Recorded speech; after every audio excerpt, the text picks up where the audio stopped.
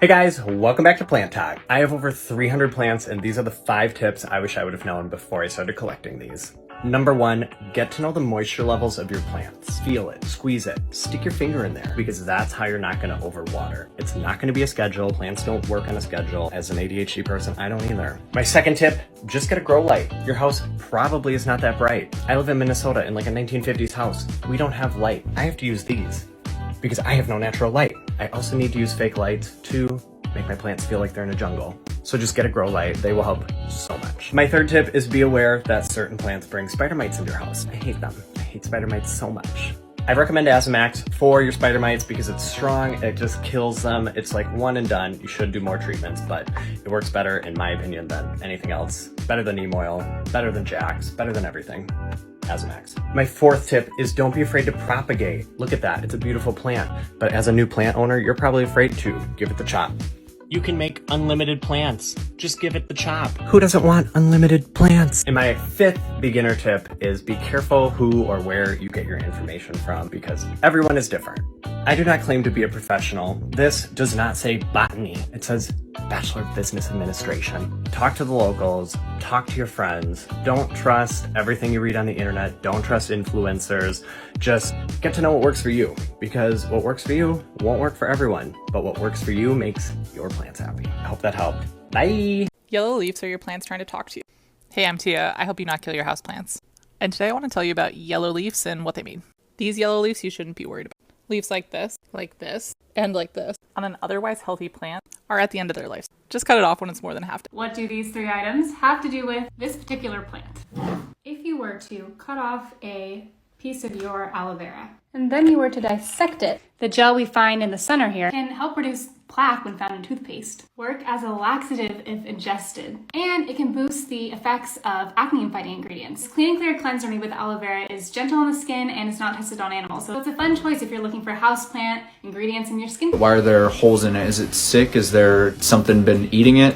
And we don't really actually know, but there are 3 main ideas. The perforations that we see in many monstera species are actually called fenestrations, and they refer to the holes or windows found in the leaf. Most species leaves will do this at maturity, which leads us to wonder why is there a different juvenile and mature form? Early botanists hypothesized that fenestrated leaves would allow water to move through the leaves and canopy and down towards the roots, instead of moving the water away from the plant. Other botanists hypothesized that fenestrated leaves help to camouflage the plant from grazing herbivores. The most widely accepted theory is that fenestrations evolved to help the plant increase surface area of the leaf blade without increasing cell production. This video is not supported by USB-C.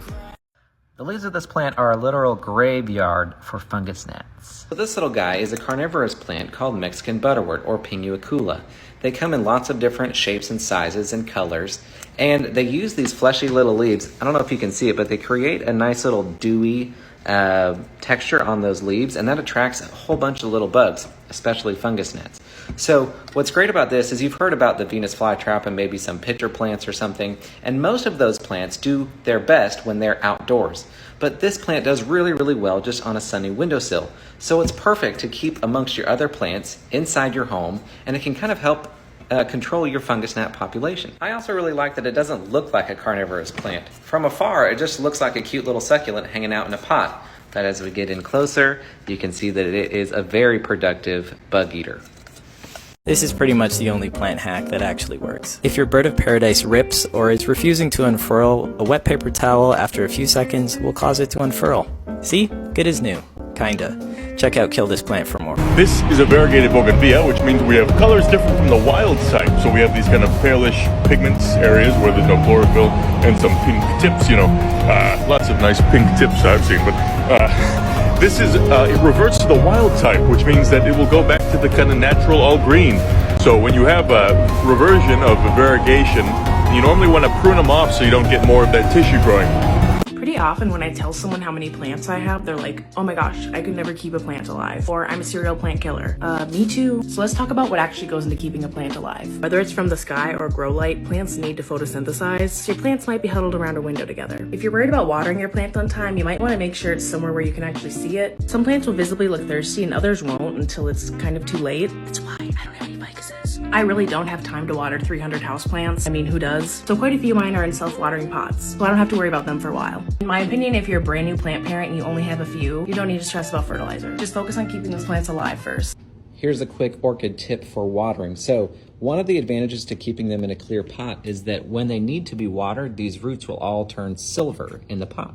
So when all the roots are silver, you give it a really good soak. You don't need to water the leaves at all, just water all of the roots right here. And then when you water them, they turn green. And then you don't need to water again until they are silver. If you do a chop and prop with a Monstera deliciosa, of course it's gonna grow roots. The windows here, it doesn't even get much light. I cut these and placed them in water 2 months ago, January 10th. Look at all that root growth. But I do have a little secret. Change the water out every week, or like more frequently than that. I really need 2 hands for this. And then mix in a little bit of your favorite liquid fertilizer. I could plant this in soil right now, but I love it as the centerpiece, so I'm just gonna keep it.